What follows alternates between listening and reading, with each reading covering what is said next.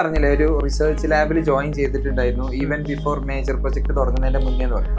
ആ ഒരു എക്സ്പോഷർ നമ്മുടെ പുറത്തൊരു യൂണിവേഴ്സിറ്റിയിൽ നല്ലൊരു PhD പൊസിഷൻ കിട്ടുന്നതിൽ സെക്യൂർ ആക്കുന്നതിൽ എത്രത്തോളം റോൾ ഉണ്ട് ആ ഒരു എക്സ്പീരിയൻസിൽ?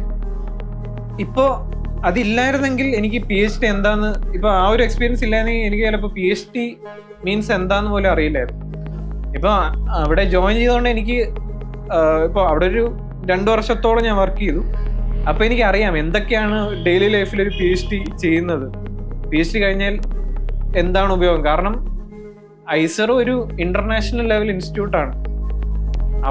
അവിടത്തെ ഒരു PhDയുടെ ലൈഫ് സ്റ്റൈൽ തന്നെയാണ് വേറെ ഏതൊരു ഓൾമോസ്റ്റ് സെയിം തന്നെ ആയിരിക്കും വേറെ ഏതൊരു ഇന്റർനാഷണൽ യൂണിവേഴ്സിറ്റി ചെന്നാലും കാണാൻ പറ്റുന്നത്. അപ്പം എന്താണ് ശരിക്കും ഒരു PhD, അത് കഴിഞ്ഞുള്ളവരുടെ പാത്ത് എന്തായിരിക്കും, നമ്മൾ എത്രത്തോളം ഇൻഡിപെൻഡന്റ് ആയിരിക്കും, നമ്മുടെ ഇഷ്ടത്തിനനുസരിച്ച് എത്രത്തോളം വർക്ക് ചെയ്യാൻ പറ്റും എന്നൊക്കെ എനിക്ക് അവിടെ നിന്ന് അറിയാൻ പറ്റും.